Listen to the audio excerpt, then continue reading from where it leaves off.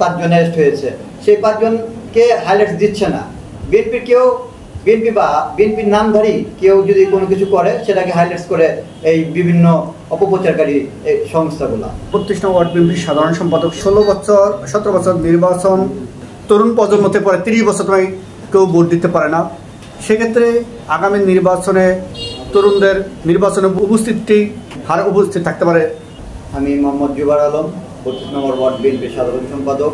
আপনি একটি প্রশ্ন করেছেন যে তারুণ্যের উপস্থিতি কেমন থাকতে পারে ভোট কেন্দ্রে। আমরা বিভিন্নভাবে পর্যবেক্ষণ করে দেখেছি, বিগত ফ্যাসিস্ট আওয়ামী লীগ সরকারের আমলে 17 বছর তারুণ্যরা যখন তাদের ভোটের বয়স হইল তখন তারা ভোট কেন্দ্রে যেতে পারলো না, এবং ভোট কীভাবে সুসংগঠিতভাবে হয় সেটা তারা জানে না। কারণ বয়স হয়েছে, তারা ভোট কেন্দ্রে যেয়ে দেখে তাদের ভোট হয়ে গেছে। আওয়ামী ফ্যাসিস্ট সরকার হচ্ছে এমন একটা ফ্যাসিস্ট সরকার যে সরকারের মাধ্যমে মনে করেন আপনারা দিনের ভোট রাত্রেই হয়ে গেছে।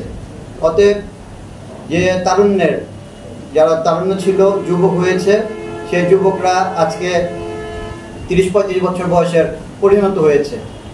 সেই তারুণ্যরা জানে না যে ভোটটা কিভাবে দিতে হয়, ভোটটা কিভাবে দিবে। তারা ভোট কেন্দ্রে যেয়ে দেখেছে যে তাদের ভোট দেওয়া হয়ে গেছে। কারণ কি, এই দিনের ভোট রাতে অলরেডি হয়ে গেছে। বিভিন্নভাবে আমাদের দেশ নায়ক জনাব তারেক রহমানের নির্দেশে আমরা ঘরে ঘরে যাচ্ছি, ঘরে ঘরে যেয়ে যে আগামী তারুণ্যের যে ভোটগুলো হবে কেমন হবে, নির্দলীয় নিরপেক্ষ সরকারের মাধ্যমে যে এই ভোটটা সুষ্ঠুভাবে হবে, এবং দেশ নায়ক জনাব তারেক রহমানের যে উক্তিটা যে আমার ভোট আমি দিব, যাকে খুশি তাকে দিব, এই যে তার যে উক্তিটা আমরা সবাইকে পৌঁছে দিচ্ছি এবং সবাইকে বোঝাচ্ছি যে আমাদের বিগত সময় যে ফ্যাসিস্ট আওয়ামী লীগের সময় যে ভোট হয়েছিল সেই ভোটটা আর আপনাদের আগামীতে নির্দলীয় নিরপেক্ষ সরকারের নিয়ন্ত্রণে যেটা হবে সেটা ওই রকম হবে না। আর ফ্যাসিস্টরা এখন নাই, দেশ থেকে বিতাড়িত হয়েছে, তারা দেশ ছেড়ে পালিয়েছে। তাদের যে দলীয় প্রধান শেখ হাসিনা সেই দেশ ছেড়ে পালিয়েছে, এবং বিগত সময়ের যে নির্বাচনগুলি হয়েছিল সেই নির্বাচনগুলো করপ্টেড। সো আমাদের নতুন প্রজন্মকে আমরা উদ্বুদ্ধ করতেছি যে আপনাদের ভোট আপনারা দিবেন, যাকে খুশি তাকে দিবেন। বর্তমান সরকার যদি নির্বাচন ঘোষণা দেয়, যেখানে সরকারের মনোনীত একটি দল আছে যারা সারা বাংলাদেশ সরকারি অর্থায়নে সামরিক প্রচারণা চালিয়ে যাচ্ছে, কিন্তু এদের বিভিন্ন লোক বিভিন্ন মন্ত্রণালয়, যেমন স্বরাষ্ট্র মন্ত্রণালয়, বিভিন্ন মন্ত্রণালয়ের ছাত্র প্রতিনিধি অবস্থান করছে, তাদেরকে রেখে বা তাদের দিয়ে কি সুস্থ নির্বাচন হওয়া সম্ভব কিনা? আপনি একটি সুন্দর প্রশ্ন করেছেন। আমার মনে হয় যে গণঅভ্যুত্থান ঘটেছিল ছাত্র জনতার আন্দোলনের সময়, ওই সময় প্রেক্ষাপটটা অন্য ভিন্ন ছিল, আর এখনকার প্রেক্ষাপটটা ভিন্ন।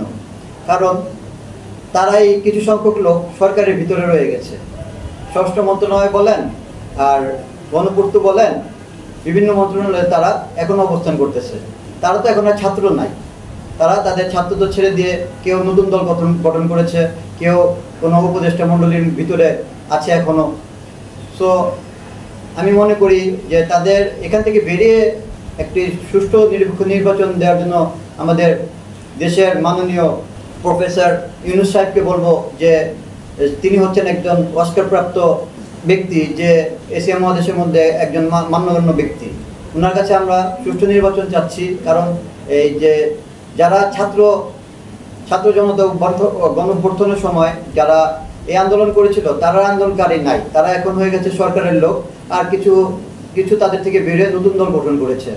তো তাদের নিরপেক্ষ নির্বাচন দিতে হলে যারা বিভিন্ন গণপূর্ত বলেন আর স্বরাষ্ট্র মন্ত্রণালয় বলেন, তাদের পদ থেকে বাইরে হয়ে যদি তারা নিরপেক্ষভাবে নির্বাচন দেয়, সেই নির্বাচনটা ইনশাল্লাহ আশা করি নিরপেক্ষ হবে ইনশাল্লাহ। গতকালকে আমরা একটি গুলশানে একটি চাঁদাবাজির ঘটনা দেখেছেন কিনা আপনারা জানেন, যে চাঁদাবাজির সাথে স্বরাষ্ট্র মন্ত্রণালয়ের ছাত্র প্রতিনিধিও জড়িত।